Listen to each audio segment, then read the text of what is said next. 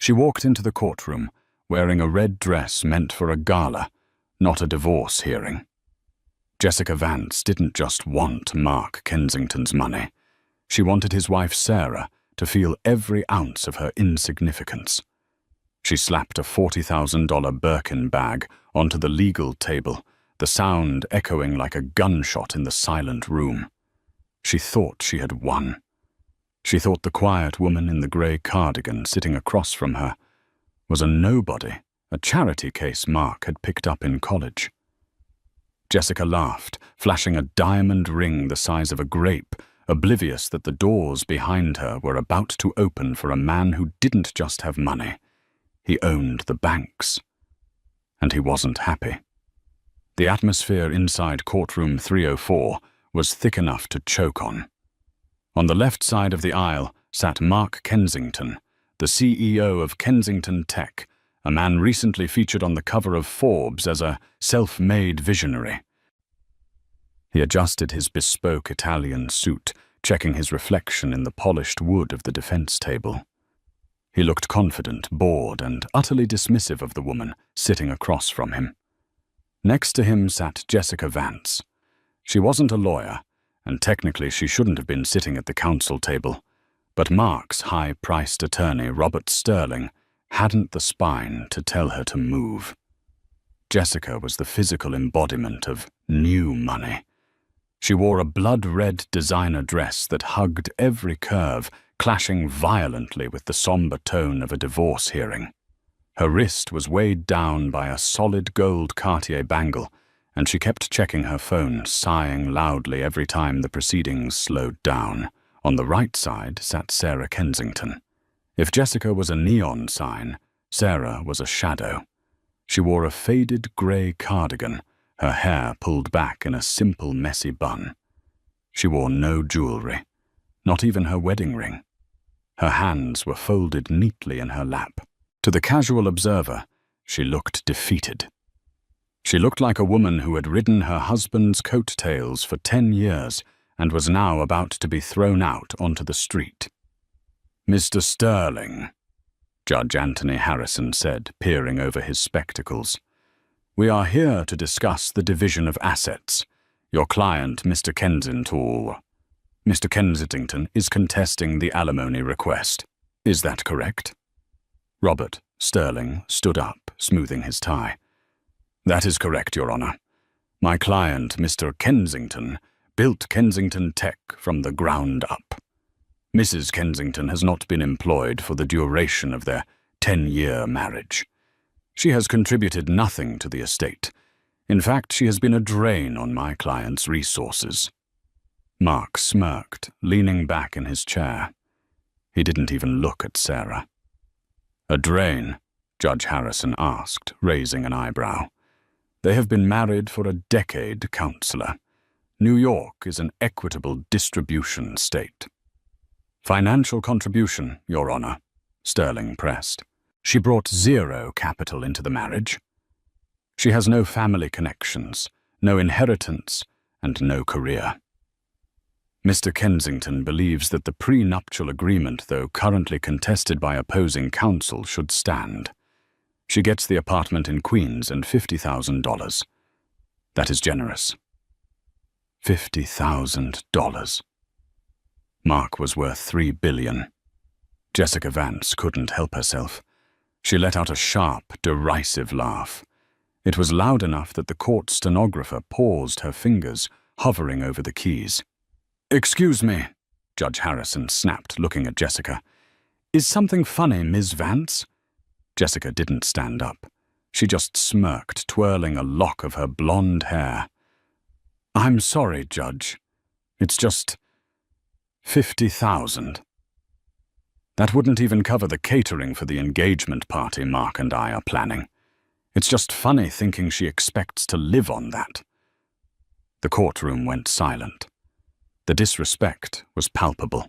Sarah's lawyer, a court-appointed public defender named Mr. Higgins, looked like he wanted to crawl under the table. He was overworked, underpaid, and clearly intimidated by Mark's legal team. He stood up shakily. "Your Honor, my client..." Sarah. She supported Mr. Kensington while he was coding his first software. She worked 2 jobs as a waitress. Waitress money, Jessica whispered loudly to Mark, giggling. Cute. Mark leaned over to Jessica, whispering back. Don't worry, babe. We'll be out of here by lunch. Then we can go pick up that new Porsche. Sarah finally looked up. Her eyes weren't wet with tears. They were cold. They were a shade of blue that usually belonged to glaciers. She looked at Mark, then at Jessica. Mark, Sarah said softly. Her voice was quiet, but it carried a strange authority that cut through the murmuring. Address the bench, not the defendant, Sterling barked. Sarah ignored him. Mark, are you sure you want to do this? I offered you a clean break. I didn't ask for half. I didn't ask for the company. I just asked for you to respect the time we spent together. Mark scoffed. Respect Sarah, look at you. You're a mouse. You've always been a mouse. I need a lioness. He grabbed Jessica's hand and kissed it theatrically. I need someone who fits my world.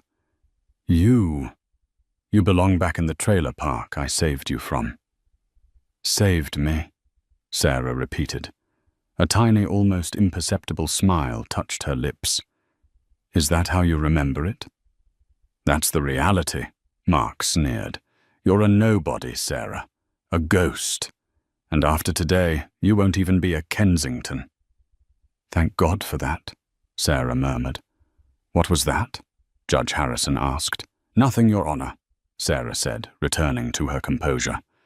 I just wish to state that the trailer park my husband refers to, he never actually visited my home, did he? Mark rolled his eyes. Why would I visit a dump? You met me at university. You were on a scholarship. Probably a hardship fund. Jessica leaned forward, placing her elbows on the table, causing her diamond bracelets to clatter. Look, honey, she addressed Sarah directly. Let's speed this up. Mark bought me this watch last week. She tapped the face of a diamond-encrusted Patek Philippe. It cost more than your lawyer makes in a year. Just sign the papers, take the cash, and go find a nice waiter to marry. Stop embarrassing yourself by trying to fight people who are out of your league. Sarah looked at the watch. Then she looked at the clock on the wall. It was 10:58 a.m. You're right, Jessica, Sarah said. Time is very valuable. And I believe my time is just about up. What are you babbling about? Mark asked, annoyed. I didn't want to do this, Sarah said, standing up. She didn't look like a mouse anymore. She stood with a posture that was almost military-grade, straight. I wanted to spare you the embarrassment, Mark. I really did. I tried to settle this quietly. Sit down, Mrs. Kensington, the judge warned. I can't, Your Honor, Sarah said politely but firmly, because the jurisdiction of this court is about to change. Excuse me, the judge frowned. My father, Sarah said, smoothing her grey cardigan. He's a very protective man. He didn't like the voicemail you left me, Mark, the one where you threatened to fabricate evidence about my mental health. Mark paled slightly. I never. He heard it, Sarah interrupted, and he decided to come pick me up. Your father? Jessica laughed, a shrill, hyena-like sound. Who is he? The manager of a Burger King. Just then, the heavy double doors at the back of the courtroom didn't just open, they flew open. 2 men in dark suits walked in first. They weren't court security. They wore earpieces and lapel pins that looked like crests. They scanned the room with professional paranoia. Hey, you can't just barge in here, the bailiff shouted, reaching for his belt. One of the men in suits held up a hand, flashing a badge that wasn't NYPD. It was diplomatic security. Make way, the agent said, his voice booming. Make way for who? Judge Harrison stood up, outraged. This is my courtroom. Not anymore, it isn't, a deep voice thundered from the hallway. And then he walked in. The man who entered the courtroom was a giant both in stature and presence. He was in his 60s, with a mane of silver hair and a beard that looked like it had been carved from granite. He wore a suit that made Mark's bespoke Italian tailoring look like a costume from a thrift store. But it wasn't the suit. It was the aura. This was a man who didn't ask for permission. He took it. Behind him trailed 3 more assistants, one carrying a briefcase, the others simply creating a perimeter. The courtroom gasped. Even Judge Harrison froze. He recognized the face. Everyone recognized the face. He wasn't a movie star, and he wasn't a politician. He was bigger. That's... Mark's lawyer, Sterling, dropped his pen. His mouth hung open. That's Alexander Vane. Jessica blinked, confused. Who? Alexander Vane. Mark whispered, the color draining from his face faster than water down a drain. The King of Steel. Vane Industries. He owns half the shipping lines in Europe. He's the unofficial monarch of the Mediterranean economy. Alexander Vane didn't look at the judge. He didn't look at Mark. He walked straight toward the defense table, his heavy footsteps echoing on the floorboards. He stopped in front of Sarah. The room held its breath. Was he here to sue someone? Was he lost? Sarah sighed, looking at the giant man. Papa. I told you I could handle it. Papa.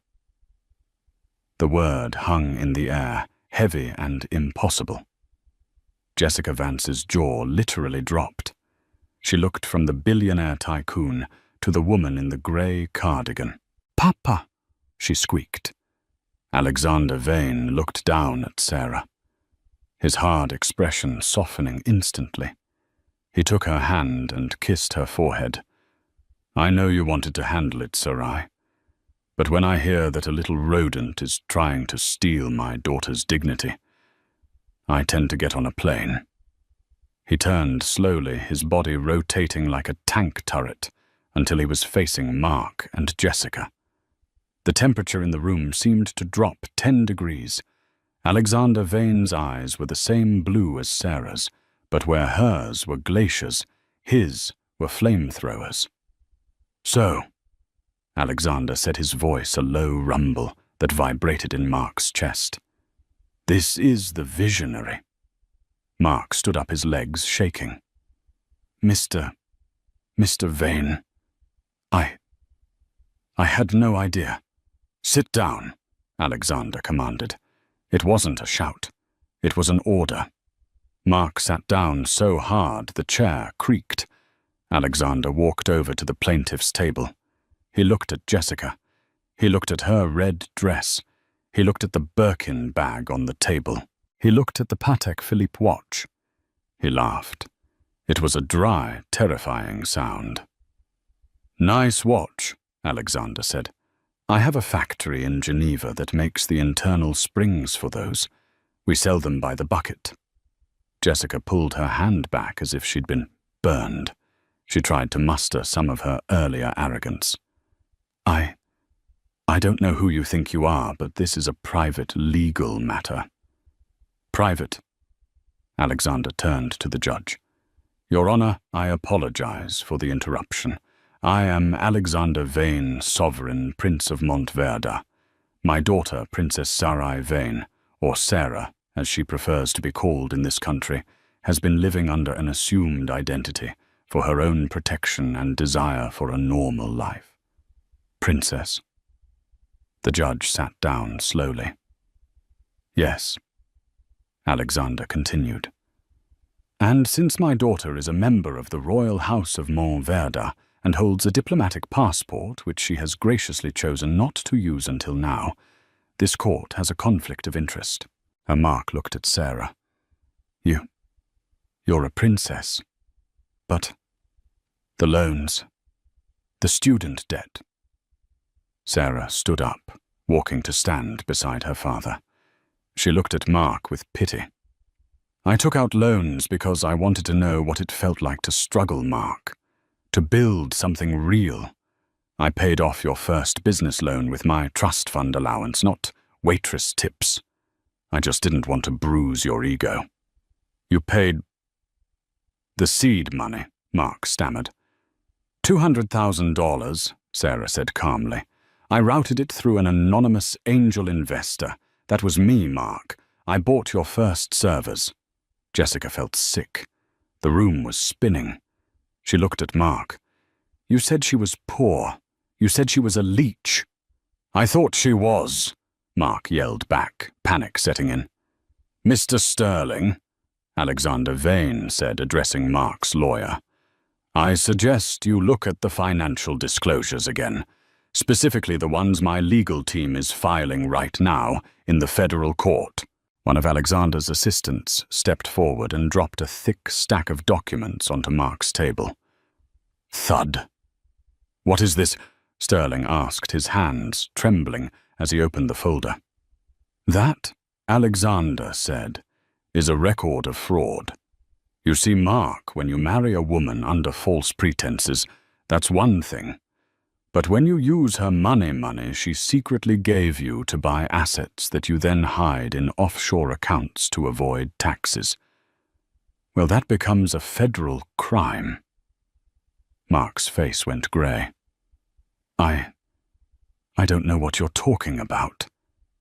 The Cayman accounts, Sarah said softly. The ones under the name Vance Holdings. You named your shell companies after your mistress while we were still married, Mark. Did you really think my family's forensic accountants wouldn't find them? Jessica gasped. You put my name on illegal accounts. Mark turned on Jessica. Shut up. You wanted the money. You wanted the lifestyle. Silence. Judge Harrison banged his gavel, though he looked thoroughly entertained. Alexander Vane leaned in close to Mark. He placed both hands on the table, leaning his massive weight forward. You flaunted your wealth, boy. You humiliated my daughter. You thought you were a king because you sold some software. Alexander smiled, and it was the scariest thing Jessica had ever seen. You are about to learn the difference between new money and old power. You played checkers, Mark. My daughter was playing chess, and Alexander straightened up, buttoning his jacket. I just flipped the board. Alexander turned to Sarah. Shall we go, darling? The helicopter is waiting on the roof. We have a lunch meeting with the governor. Sarah nodded. She looked at Jessica one last time. Jessica was clutching her Birkin bag like a life raft. Oh, Jessica, Sarah said, pausing. That bag? Jessica looked down at the red crocodile skin. It's a fake, Sarah said simply. Mark bought it from a reseller in Chinatown. I saw the receipt on his desk months ago. Real Hermes doesn't have orange stitching on the interior pocket. Jessica screamed, a guttural, horrified scream. She threw the bag at Mark. You cheap bastard! Order in the court. The judge was banging the gavel, but he was hiding a smile behind his hand. Sarah took her father's arm. They turned to walk out. But the drama wasn't over. Just as they reached the doors, the bailiff stepped forward with 2 police officers who had just entered from the rear. Mark Kensington, the officer asked. Mark stood up, sweating profusely. Yes. We have a warrant for your arrest regarding securities fraud and embezzlement. Jessica scrambled away from him. I didn't know anything. Alexander Vane stopped at the door. He didn't look back. He just checked his watch, a vintage piece worth more than the entire building. Right on time, Alexander said. But as the cuffs clicked onto Mark's wrists, Jessica Vance realized something terrifying. Mark was going to jail. The assets would be frozen. She had quit her job, given up her apartment, and burned her bridges for this man. She was alone. And she had just insulted a princess. Sarah paused. She turned back, looking at Jessica. "Jessica," Sarah called out. Jessica looked up, tears streaming down her face, mascara ruining her cheeks. "The shoes are fake too," Sarah said. Then she walked out. The scene outside the courthouse was a frenzy. Word had spread. It wasn't just a divorce hearing anymore. It was the downfall of a tech mogul and the public outing of a secret princess. The paparazzi, usually reserved for movie stars, were swarming the steps. Jessica Vance stumbled out of the revolving doors, shielding her eyes from the flashbulbs. 10 minutes ago, she had walked in like a queen. Now she was the court jester. "Jessica, is it true the bag is fake?" a reporter shouted, thrusting a microphone in her face. "Did you know about the embezzlement? Are you going to be charged as an accomplice?" Jessica pushed past them, her heels clicking frantically on the pavement. She reached for her phone to call an Uber, but her hands were shaking so badly she dropped it. The screen shattered a fitting metaphor for her life. "Taxi!" she screamed, waving her arm. Her voice cracked. She finally scrambled into a yellow cab, slamming the door shut on the cameras. "The Kensington Tower, Upper East Side. Go. Just go." As the taxi weaved through traffic, Jessica tried to calm her breathing. "It's a mistake," she told herself. "Mark will fix this. He always fixes it. He has lawyers. He has millions." She pulled out her wallet and looked at the black American Express card Mark had given her as an allowance. She needed to buy a flight, maybe to Paris. Just until this blew over. She tried to book a ticket on her cracked phone screen. Transaction declined. She stared at the screen. She tried again. Card inactive. Contact issuer. "No," she whispered. "No, no, no." She tried her own debit card. It had a balance of maybe $300, enough for a motel, not a flight to Europe. The taxi screeched to a halt in front of the Kensington Tower. This was Mark's crown jewel, a residential skyscraper where the cheapest apartment cost $4 million. They lived in the triplex penthouse. Jessica threw a crumpled $20 bill at the driver, all the cash she had, and ran toward the gold-plated revolving doors. She needed to get to the safe in the bedroom. There was cash there, jewelry. The real stuff, not the fakes Sarah had humiliated her with.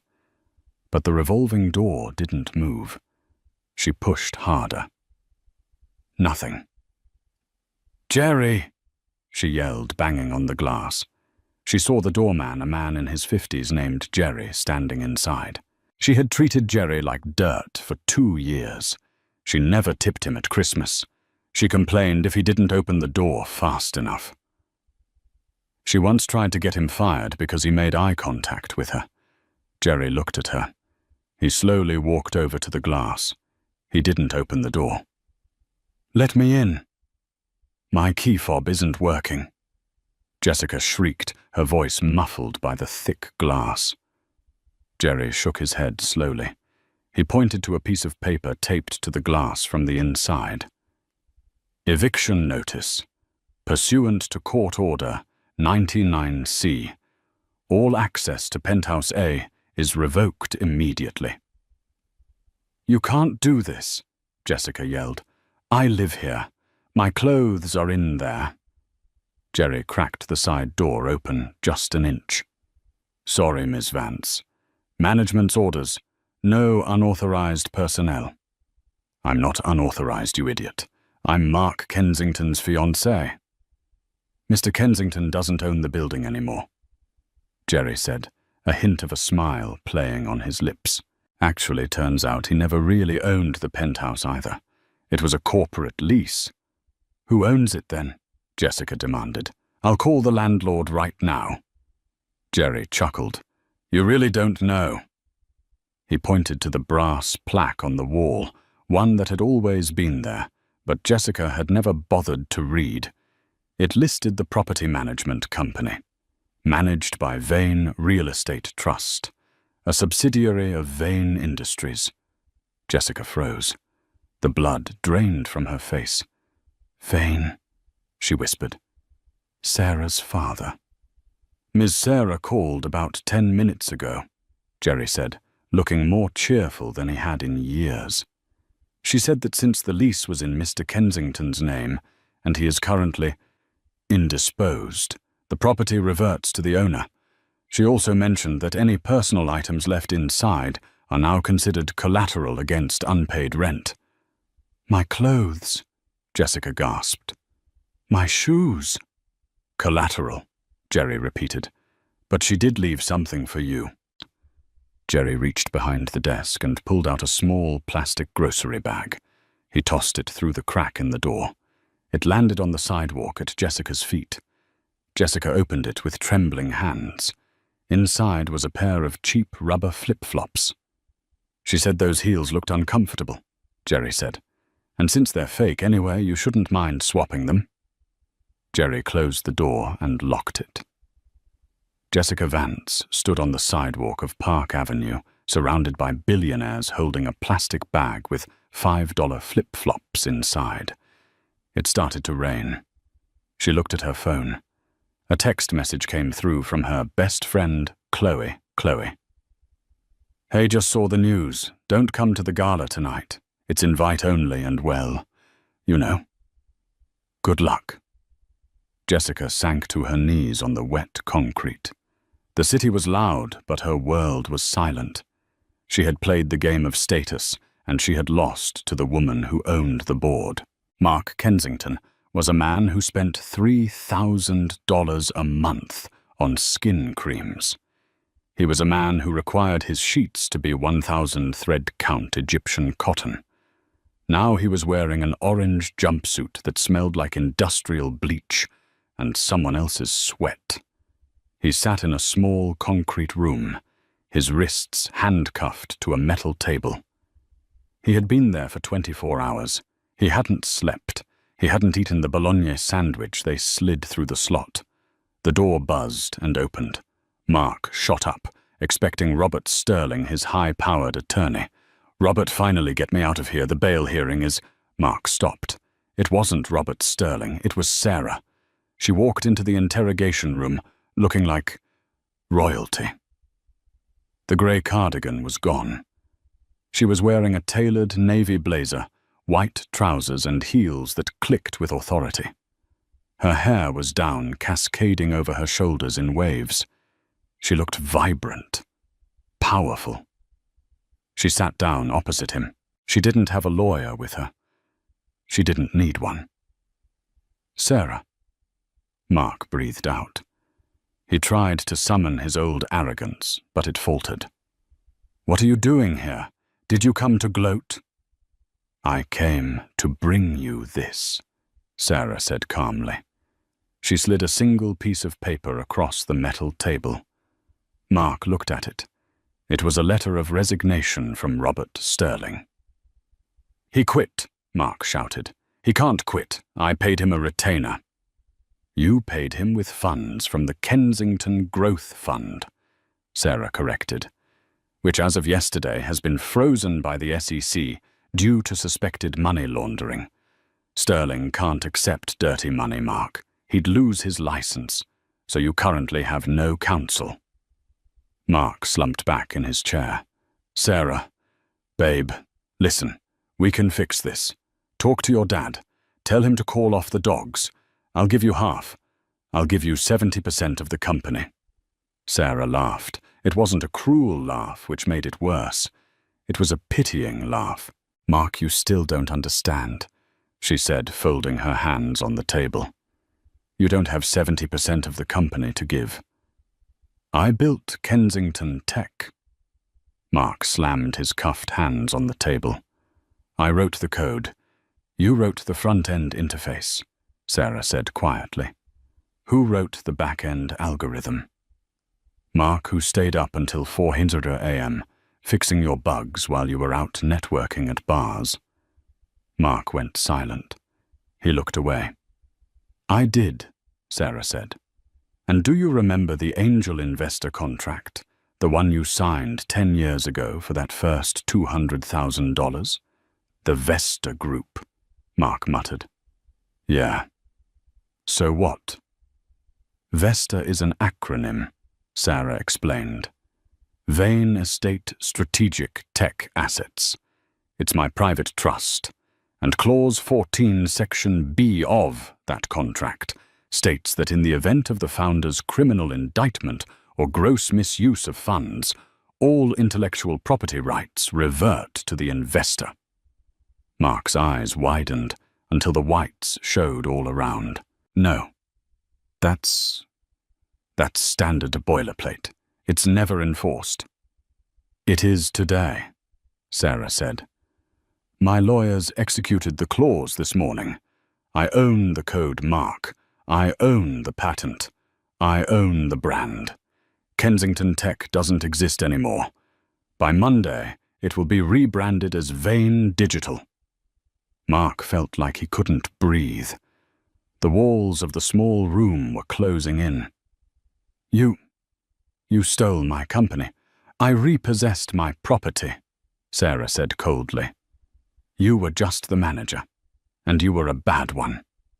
She stood up and walked to the heavy steel door. She knocked on it for the guard. Sarah, wait. Mark was crying now. Genuine tears of terror. What happens to me? I'm facing 20 years.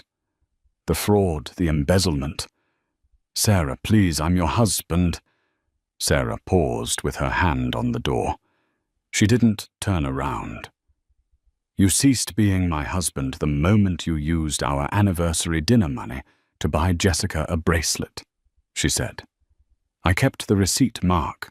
I kept every receipt for 10 years. I'm sorry, Mark wailed. I'm sorry I called you a mouse. I'm sorry. Sarah turned then. Her blue eyes were dry and clear. You were right about one thing, Mark. I was a mouse. I hid in the corners. I let you take the credit. I let you shine because I loved you, and I thought you needed the confidence. She leaned in close, her voice dropping to a whisper that was louder than a scream. But you forgot what happens when you corner a mouse. You forgot that my father didn't raise a victim.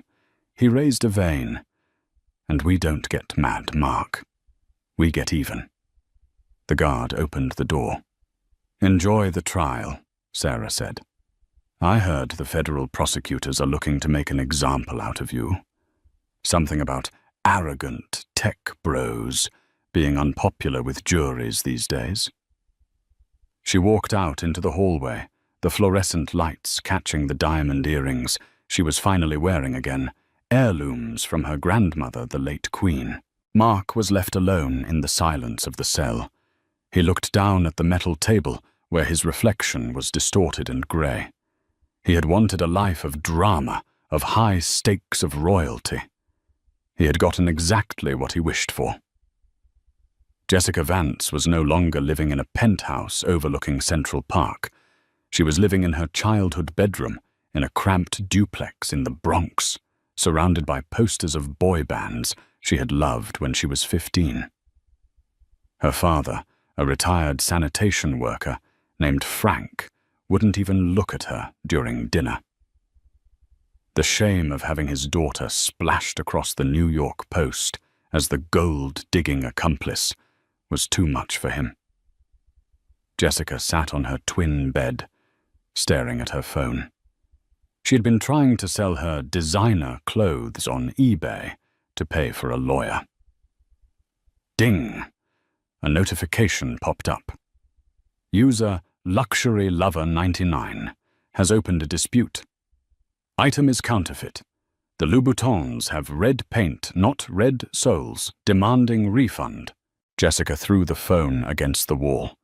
Even the gifts Mark had given her, the ones she thought were genuine apologies for his temper, were fake. Everything was a lie. Her phone buzzed again. This time it was a call from a blocked number. She picked it up, hoping it was a talent agent. "Jessica." It was Mark's voice. It sounded tinny, echoing from the prison payphone. "Don't call me," Jessica hissed. "My lawyer said I shouldn't talk to you." "Your lawyer is a public defender who smells like mothballs," Mark snapped. "Listen to me, Jess. We need to get our stories straight. The trial starts in 3 weeks. If we stick together, we can blame the accountant. We can say Sterling set us up." "Sterling resigned," Jessica reminded him, "and the accountant has immunity because he turned state's evidence against you last week." "We can fix it." Mark sounded manic. "I'm writing a memoir in here, The Titan Behind Bars. It's going to be a bestseller. I'll buy you a new car. Just tell the jury that you handled the finances. Tell them I was too busy being a creative genius to look at the bank statements." Jessica went cold. "You want me to take the fall, not the fall, babe. Just the responsibility. You're sympathetic. You're a woman. The jury will go easy on you. If I get convicted, the company dies. If I walk, I can rebuild and take care of you." Jessica looked around her basement bedroom. She looked at the fake shoes. She remembered Sarah's cool, calm voice telling her the bag was worthless. "You want me to go to jail for you?" Jessica whispered. "After you humiliated me? After you let me get evicted?" "It's a strategy," Mark yelled. "Don't be selfish, Jessica." "Selfish?"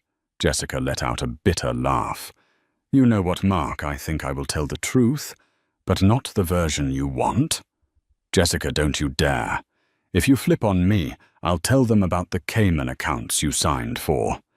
"They already know, Mark," Jessica screamed. "Sarah's father found everything. There are no secrets left." She hung up. Her hands were shaking. She realized then that there was no us. There was only survival. She grabbed her coat and ran out the door. She wasn't going to meet Mark's lawyer. She was going to the district attorney's office. She was going to sing like a canary. It was Valentine's Day, but there was no love in courtroom 402. The trial had been going on for 2 weeks. The prosecution, led by a ruthless U.S. attorney named David Ross, had methodically dismantled Mark's empire. They showed charts of money flowing from Kensington Tech into shell companies with names like Red Dress LLC and JV Luxury. But the climax came when the defense called their witnesses. Mark Kensington took the stand first. He wore a cheap suit, but he tried to project the image of a misunderstood genius. "Mr. Kensington," his public defender asked, "did you knowingly defraud your investors?" "Absolutely not," Mark said, turning to smile charmingly at the jury. "I am a visionary. Details, numbers, those aren't my strong suit. I trusted people. I trusted my wife, Sarah. I trusted my girlfriend, Jessica. If money was moved, it was done without my direct knowledge. I was too busy coding the future." A murmur went through the crowd. He was blaming the women. Then it was time for cross-examination. The prosecutor, Mr. Ross, stood up. He didn't hold a notepad. He held a remote control. "Mr. Kensington, you say you were too busy coding. Is that right?" "Yes, sir. 18 hours a day." "Can you explain this video, then?" Ross pointed to the large screen on the wall.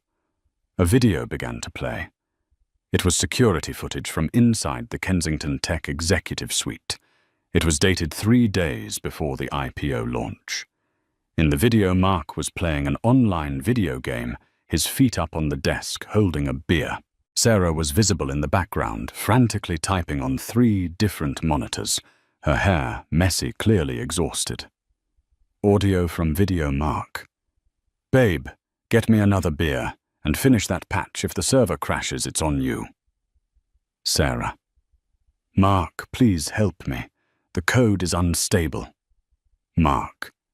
That's why I keep you around. You're the worker bee. I'm the face. The video ended. The courtroom was dead silent. Mark's face was purple. That is out of context. The context seems clear, Ross said. You weren't the genius, Mr. Kensington. You were the mascot. Mark sputtered, looking for an ally. He looked at Jessica, who was sitting at the defense table as a co-defendant. Mark pointed a trembling finger at Jessica. She spent the money. Look at her. She's obsessed with luxury. She forced me to embezzle. Jessica stood up, knocking her chair over. Her lawyer tried to grab her, but she broke free. I forced you. Jessica shrieked, ignoring the judge's gavel.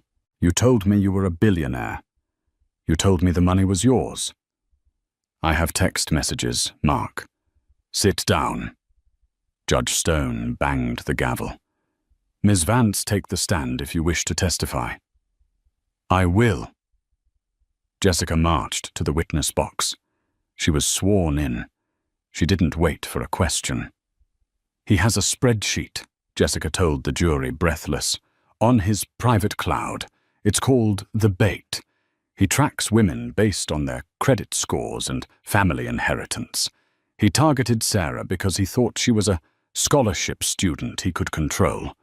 He targeted me because he thought I was dumb enough to believe his lies. Objection, Mark yelled from his seat. She's lying. She's a gold digger. I am, Jessica cried out, tears streaming down her face.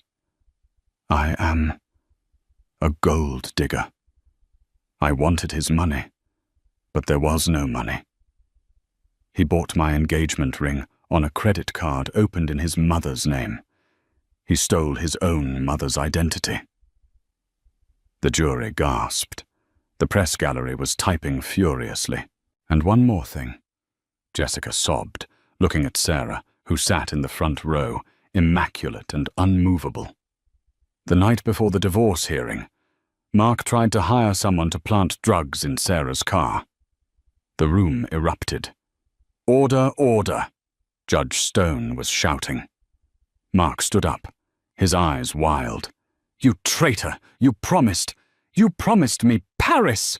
Jessica screamed back. You gave me the Bronx! Sarah Vane watched it all from the gallery. She didn't smile. She didn't frown. She simply watched the two people who had tried to destroy her tear each other apart like starving wolves. Her father, Alexander, leaned over and whispered, Never interrupt your enemy when they are making a mistake. I know, Papa, Sarah whispered back. I'm just enjoying the show. 3 days later, the jury returned. It took them only 2 hours to deliberate. We find the defendant Mark Kensington guilty on all counts. We find the defendant Jessica Vance guilty on all counts. Mark didn't scream this time.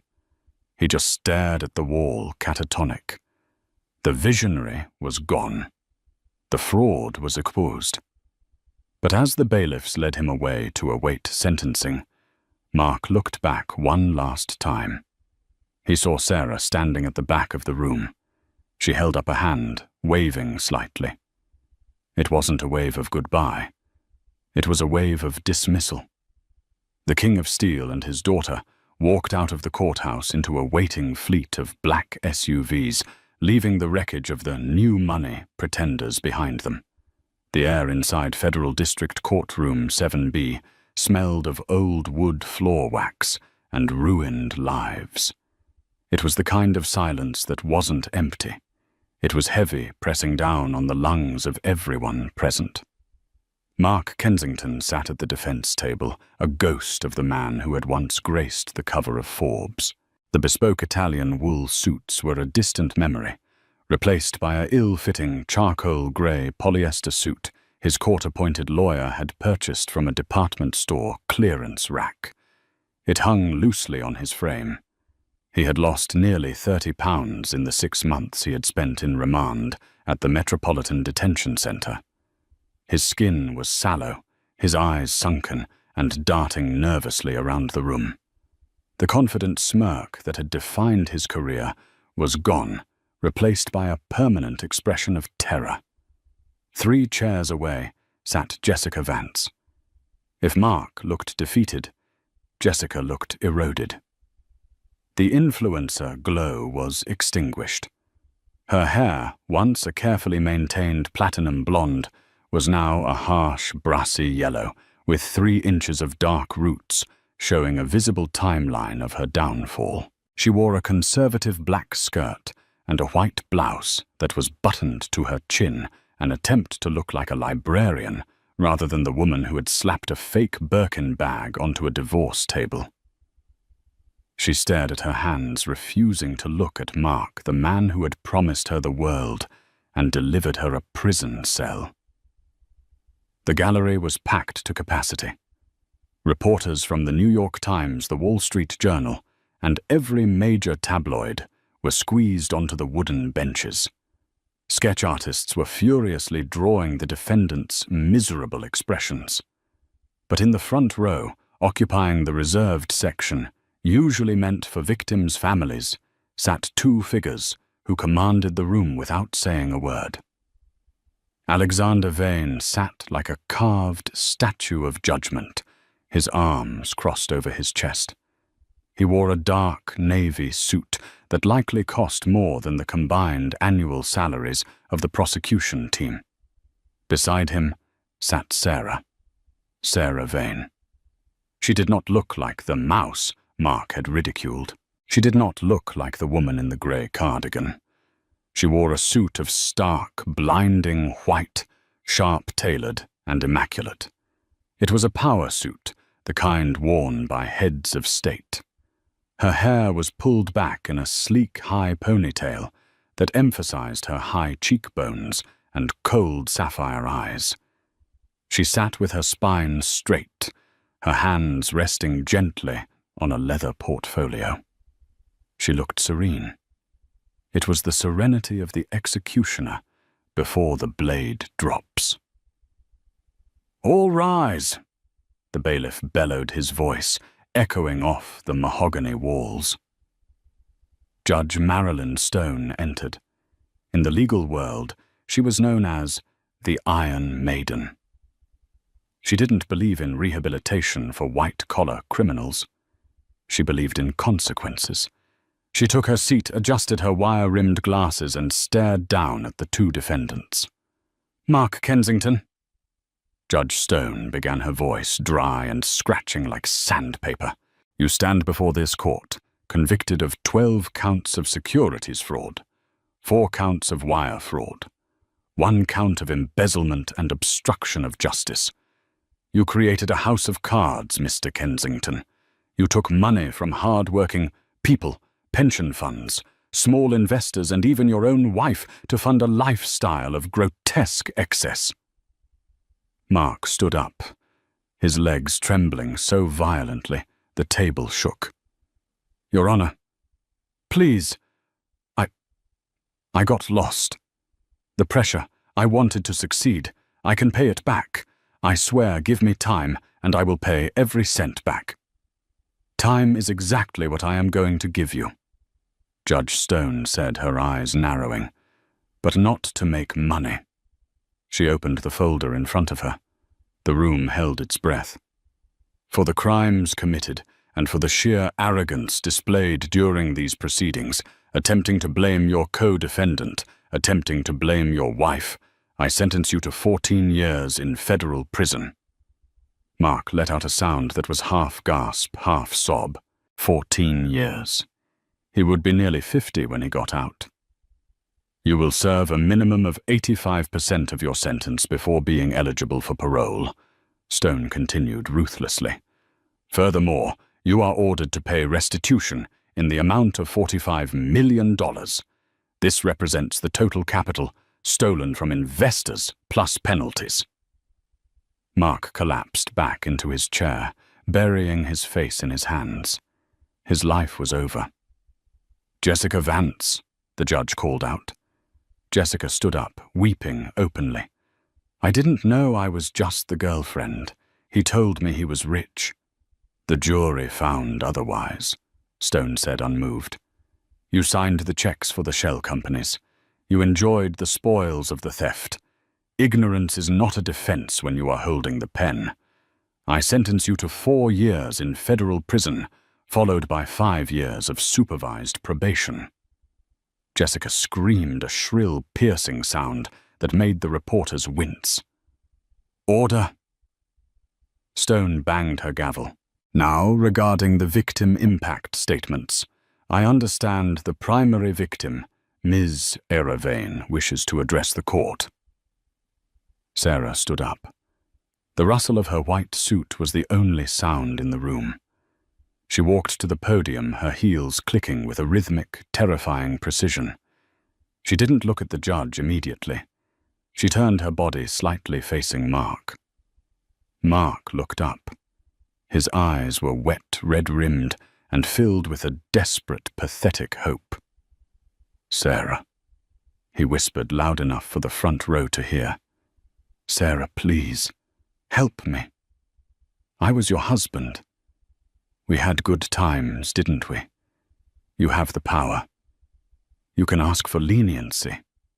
Please, don't let me die in there." The courtroom watched. Would the princess show mercy? Sarah adjusted the microphone.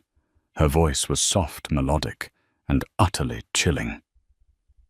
"Your Honor," Sarah said, addressing the bench but keeping her eyes locked on Mark. "Mr. Kensington asks for mercy based on our history. He claims he was my husband, but a husband is a partner. Mr. Kensington was a parasite." She opened her leather portfolio. "I'm not here to ask for leniency, Your Honor, nor am I here to ask for a harsher sentence. The 14 years are sufficient to remove him from society. I am here to address the matter of restitution." Judge Stone raised an eyebrow. "Go on, Ms. Vane." "The court has ordered Mr. Kensington to pay $45 million to the victims," Sarah stated. "However, as of this morning, there are no other victims." Mark blinked confused. "What? Over the last 3 weeks?" Sarah continued, pulling out a stack of notarized documents. "My holding company, Vane Capital, has contacted every single minor investor defrauded by Kensington Tech. I have reimbursed them 100 cents on the dollar. I have bought out their claims." A murmur of shock went through the gallery. That was tens of millions of dollars paid out of pocket. "Why would you do that?" Mark stammered. To save me." Sarah finally smiled. It wasn't a warm smile. It was the smile of a shark sensing blood in the water. "No, Mark, I didn't do it to save you. I did it to consolidate the debt." She handed the documents to the bailiff to pass to the judge. "Since I am now the sole holder of the debt, the $45 million in restitution is owed entirely to me. And unlike the federal government or a bank, I am not interested in writing this off as a bad loss. I have filed a civil lien against you, Mark. It is already approved." "A lien?" Mark asked, his voice shaking. "It means," Sarah said, stepping closer to the railing, "that when you walk out of prison in 14 years, you will not be free. You will be 48 years old, a convicted felon with no job prospects, and you will owe me $45 million. Mark went pale, his skin taking on the color of ash. "I have structured the judgment so that the interest is frozen," Sarah said, her voice dropping to a whisper that carried like a gunshot. "I don't want the debt to grow so big you give up. I want it to sit there exactly at $45 million. Do you know what that means, Mark?" Mark shook his head, tears streaming down his face. It means I will garnish every paycheck you ever earn for the rest of your life, Sarah said. If you get a job flipping burgers, I take 90%. If you find a $20 bill on the sidewalk, 18 of it belongs to me. You will never own a car. You will never own a home. You will never even own a credit card. You are effectively my indentured servant until the day you die. Mark stared at her in horror. She hadn't just locked him up. She had erased his future. She had ensured that even in freedom he would be in chains. You can't do that, Mark whispered. That's cruel. Cruelty is spending your wife's inheritance on a mistress and calling your wife a mouse, Sarah replied coolly. This is just accounting. She turned her gaze to Jessica. Jessica shrank back in her seat, trying to make herself invisible. I have nothing, Jessica sobbed. You can't take money from me. I have nothing. I know, Jessica. Sarah said, her tone shifting from icy to almost pitying. And truthfully, you aren't worth the legal fees to sue. Jessica let out a breath of relief.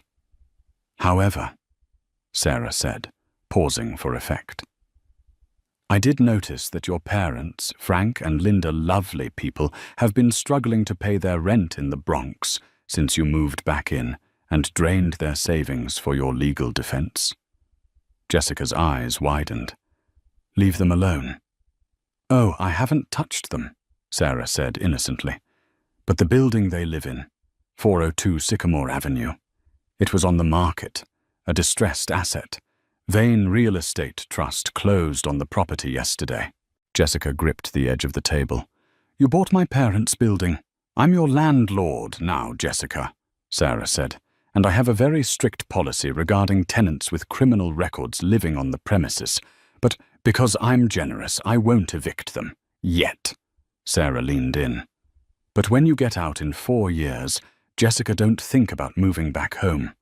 If you set one foot in that building, if you try to live on my property, I will evict your parents so fast their heads will spin. You are homeless, effectively banned from the only roof you have left. You're a monster, Jessica shrieked. I am a Vane, Sarah corrected, and we protect our own. Sarah closed her portfolio. She looked at the judge. Thank you, Your Honor. I have nothing further. As Sarah turned to leave, Mark lunged forward, restrained only by the heavy chains connected to the floor. Sarah. Wait. I love you. I still love you.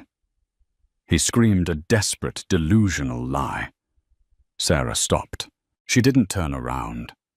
She simply reached into her purse and pulled out a small object. She tossed it over her shoulder. It landed on the defense table with a hollow clatter. It was a cheap plastic lighter. Burn the memoir, Mark, she said. Nobody wants to read a book by a loser. Alexander Vane stood up, towering over the courtroom. He placed a hand on Sarah's shoulder, shielding her from the cameras that were flashing wildly. They walked down the center aisle, parting the sea of reporters like royalty. Behind them, the sounds of Mark sobbing and Jessica screaming were drowned out by the heavy thud of the courtroom doors closing, sealing their fate forever. 6 months later.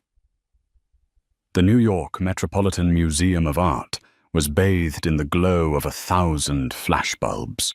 It was the night of the Global Tech Innovators Gala. A sleek black limousine pulled up to the red carpet. The door opened, and a hush fell over the crowd. Sarah Vane stepped out. She was breathtaking. She wore a gown of midnight blue velvet, off the shoulder, shimmering with thousands of tiny crystals that looked like from the star. Around her neck sat the Vane sapphires, a necklace that hadn't been seen in public for 50 years. She didn't walk with her head down. She didn't hide in a grey cardigan. She walked with the grace of a woman who had walked through fire and come out made of steel. Ms. Vane, Ms. Vane.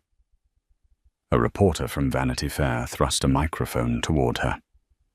Your company Vane Digital just posted record profits for the quarter. How does it feel to be the most powerful woman in tech? Sarah stopped and smiled. It was a genuine smile this time. It feels correct. And Ms. Vane, another reporter shouted, do you have any comment on the news from upstate your ex-husband was transferred to maximum security yesterday after a fight in the yard? Sarah paused. The camera zoomed in on her face. For a split second, there was a flicker of recognition. A memory of a man who had once told her she was nothing. Then the mask of the Queen slid into place. Who? Sarah asked. She didn't wait for an answer. She turned and ascended the stairs.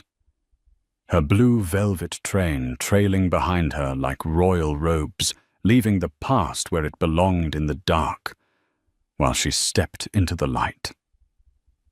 The story of Sarah and Mark is a brutal reminder of a simple truth. Arrogance is the most expensive luxury in the world, and eventually everyone receives the bill. Mark and Jessica mistook silence for weakness and kindness for stupidity.